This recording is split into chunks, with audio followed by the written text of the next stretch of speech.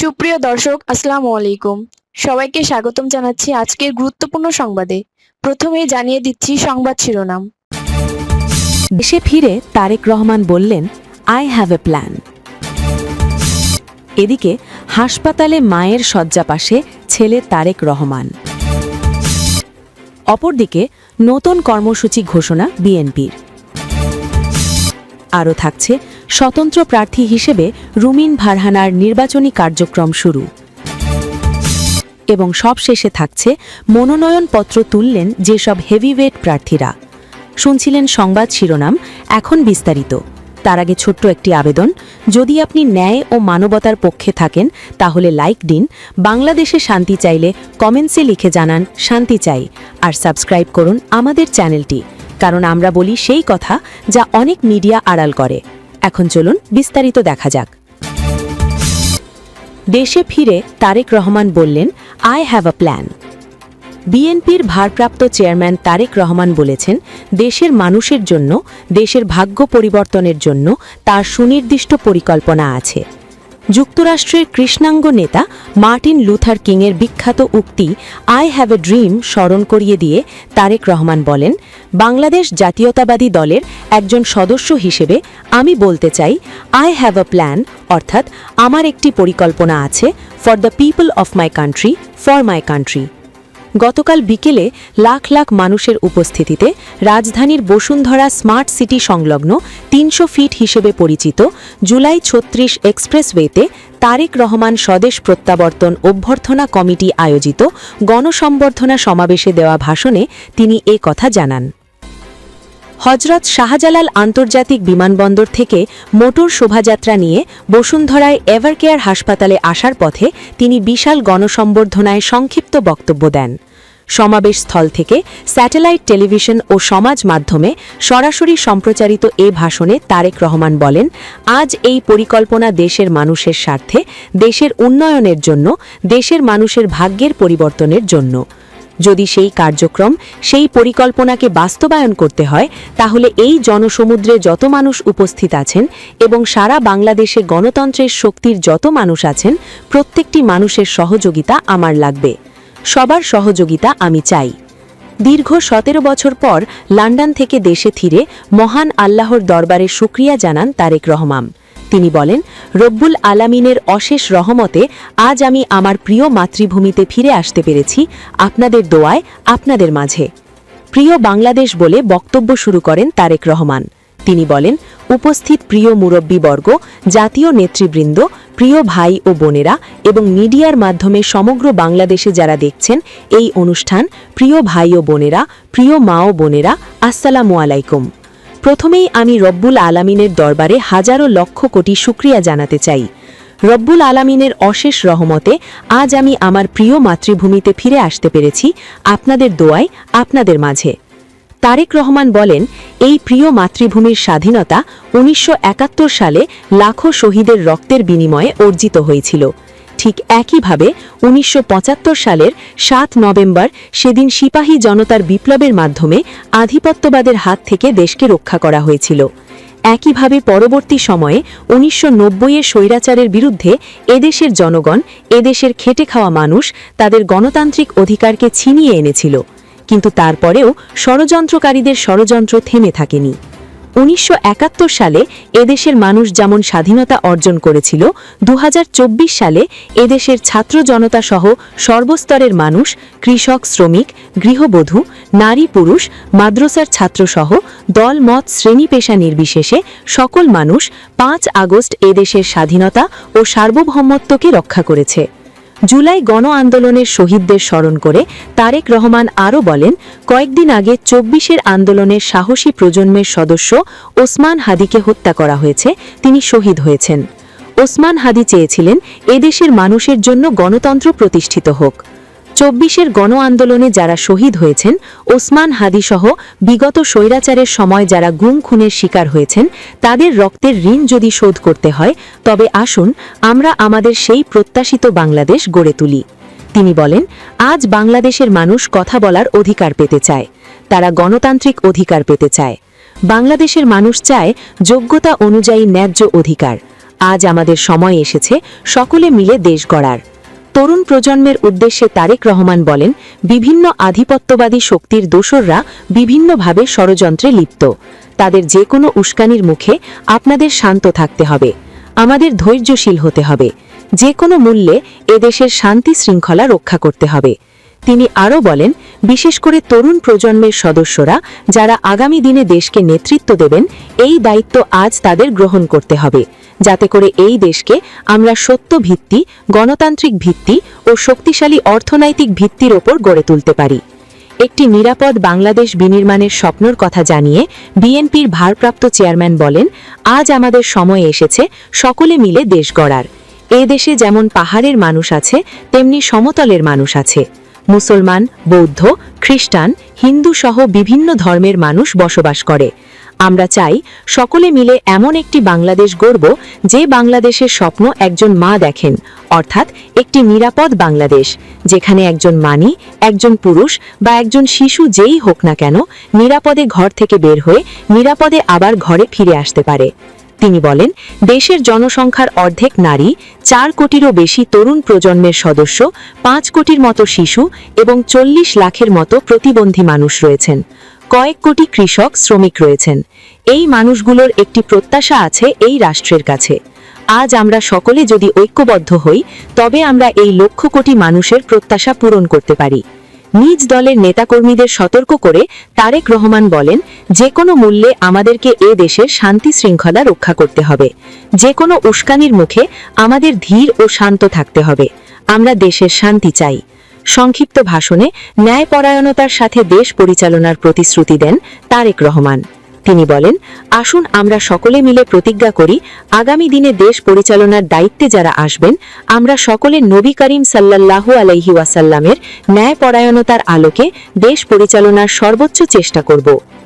মায়ের অসুস্থতার ব্যাপারে তিনি বলেন, সন্তান হিসেবে আমার মন আমার মায়ের বিছানার পাশে পড়ে আছে সেই হাসপাতালের ঘরে, কিন্তু যেই মানুষটি এ দেশের মাটির জন্য, মানুষের জন্য জীবন উৎসর্গ করেছেন, সেই মানুষগুলোকে আমি কোনোভাবেই ফেলে যেতে পারি না। সেজন্যই আজ হাসপাতালে যাওয়ার আগে আপনাদের প্রতি কৃতজ্ঞতা প্রকাশ করার জন্য এখানে দাঁড়িয়েছি। তিনি তার মা বেগম খালেদা জিয়ার সুস্থতা জন্য দেশবাসীর কাছে দোয়া চান। সবশেষে তারেক রহমান দেশের শান্তি শৃঙ্খলা বজায় রাখতে দেশবাসীর প্রতি আহ্বান জানান। তিনি বলেন, যে কোনো মূল্যে আমাদের শান্তি শৃঙ্খলা নিশ্চিত করতে হবে। শিশু হোক, নারী হোক, পুরুষ হোক, যে কোনো বয়স, শ্রেণী, পেশা বা ধর্মের মানুষ যেন নিরাপদ থাকে, এই হোক আমাদের চাওয়া। এর আগে স্বাগত বক্তব্যে বিএনপির মহাসচিব মির্জা ফখরুল আলমগীর বলেন, দীর্ঘ 17 বছর পর দেশে ফেরা তারেক রহমান প্রবাসী থেকেও দল ও গণতন্ত্রের আন্দোলনে নেতৃত্ব দিয়েছেন। গণতন্ত্র পুনরুদ্ধারের লড়াইকে সামনে এগিয়ে নিয়েছেন। 2024 সালের 5 আগস্ট ছাত্র জনতার অভ্যুত্থানের মাধ্যমে তারেক রহমানের নেতৃত্বে ফ্যাসিবাদী সরকারকে হটানো সম্ভব হয়েছে। তিনি বলেন, গণতন্ত্র রক্ষার জন্য তার নেতৃত্বে আমরা বহু কঠিন পথ অতিক্রম করেছি। তারেক রহমানের দেশে ফেরা বিএনপির জন্য যেমন আনন্দের, তেমনি এটি গণতন্ত্রকামী মানুষের জন্য একটি গুরুত্বপূর্ণ দিন।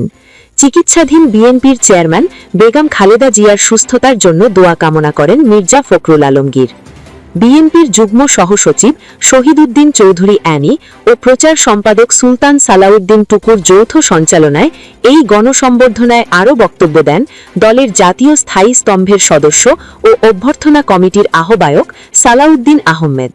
সম্বর্ধনা মঞ্চে উপস্থিত ছিলেন বিএনপির জাতীয় স্থায়ী কমিটির সদস্য ড খন্দকার মোশাররফ খান, মির্জা আব্বাস, গৈশ্বর চন্দ্র রায়, ড আব্দুল মঈন খান, নজরুল ইসলাম খান, আমি খসরু মাহমুদ চৌধুরী, সেলিমা রহমান, ইকবাল হাসান মাহমুদ টুকু, হাফিজ উদ্দিন আহমেদ বীর বিক্রম, অধ্যাপক ডাক্তার AZM জাহিদ হোসেন ও সিনিয়র যুগ্ম সহসচিব রুহুল কবির রিজভী প্রমুখ। তারেক রহমানকে স্বাগত জানাতে আয়োজিত এই অনুষ্ঠানে সারা দেশ থেকে লাখ লাখ নেতাকর্মী অংশ নেন।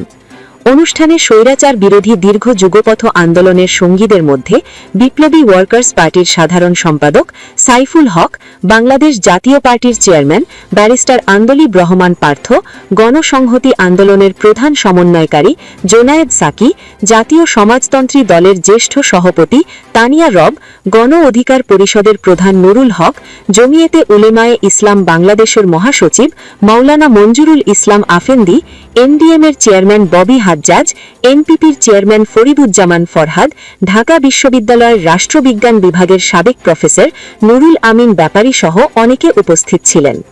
মুক্তিযুদ্ধে শহীদ ও জিয়াউর রহমানের প্রতি আজ শ্রদ্ধা জানাবেন তারেক রহমান। বিএনপির ভারপ্রাপ্ত চেয়ারম্যান তারেক রহমান আজ মুক্তিযুদ্ধে শহীদদের প্রতি শ্রদ্ধা জানাবেন। জুমার নামাজের পর বাসভবন থেকে প্রথমে রাজধানীর শেরেবাংলা নগরে শহীদ জিয়াউর রহমানের কবর জিয়ারত করবেন।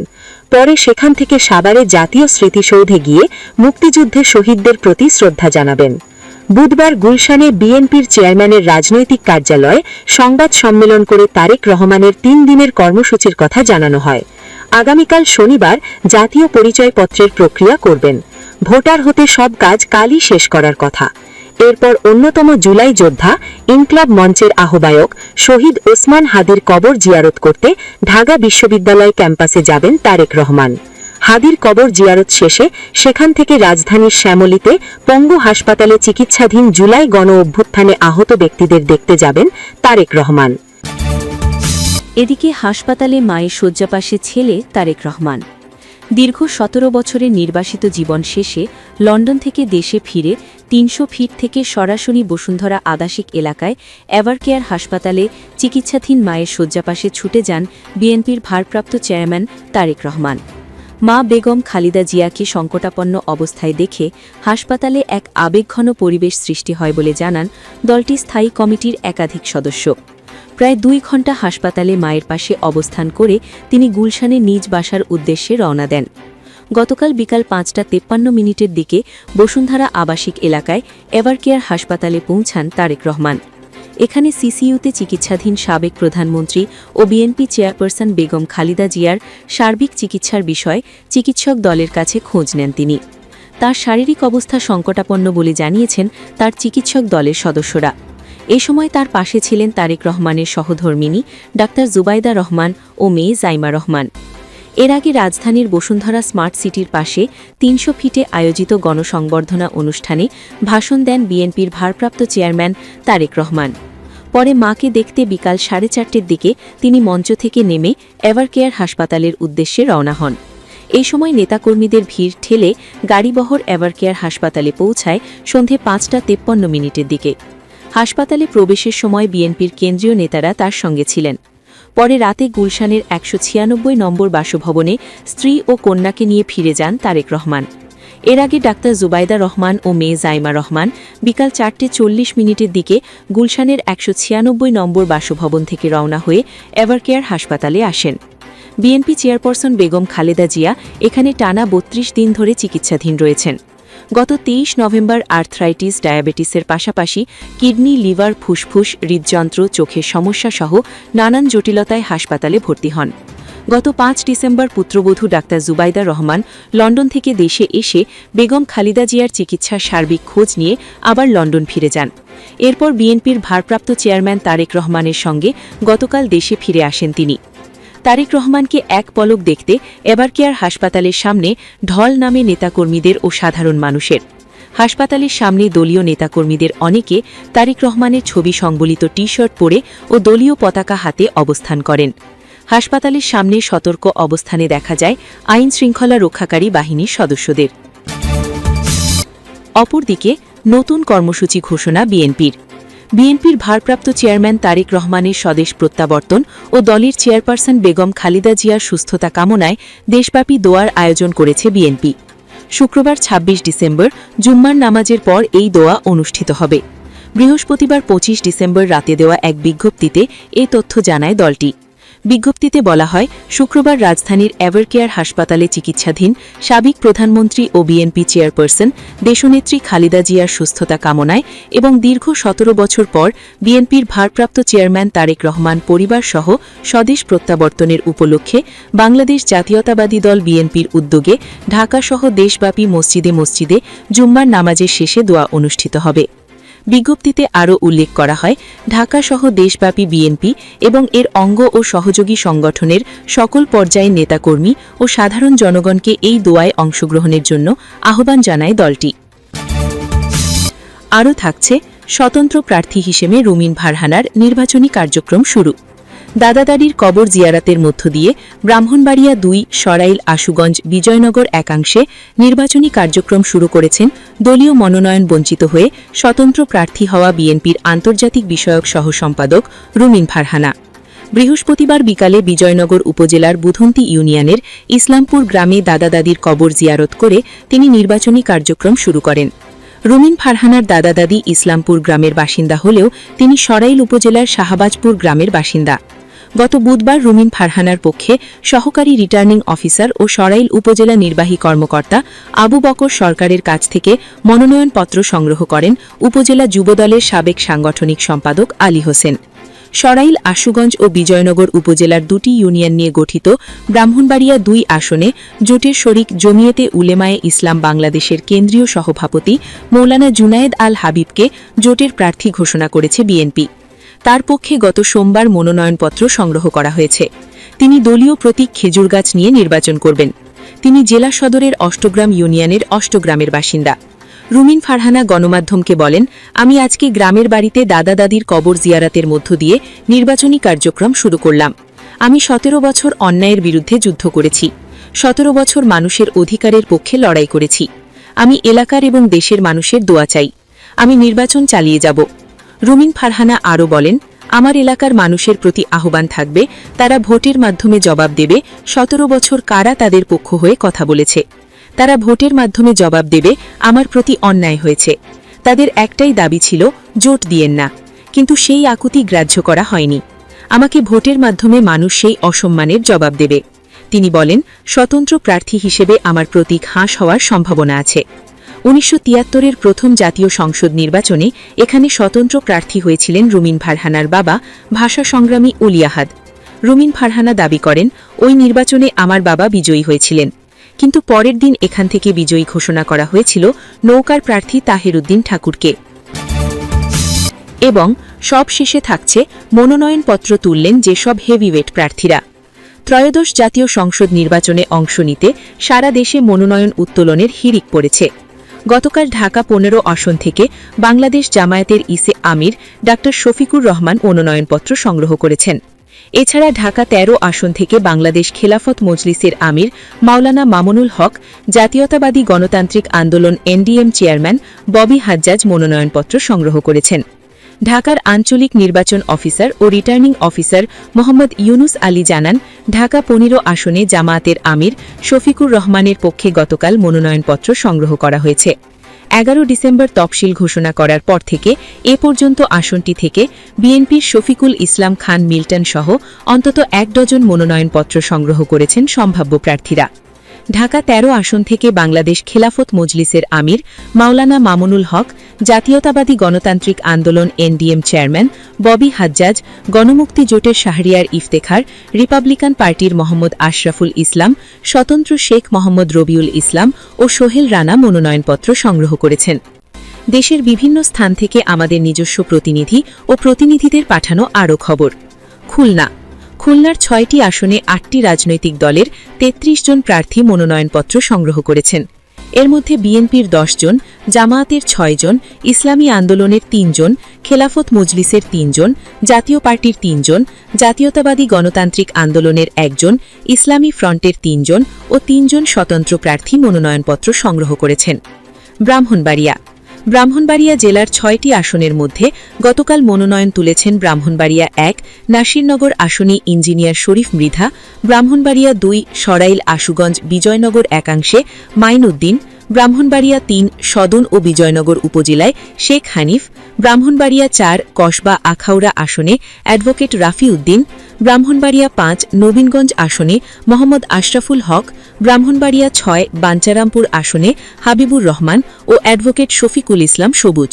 বগুড়া ৬ সদর আসনে জামায়াতে ইসলামী মনোনীত প্রার্থী অধ্যাপক আবিদুর রহমান সোহেল মনোনয়নপত্র উত্তোলন করেছেন।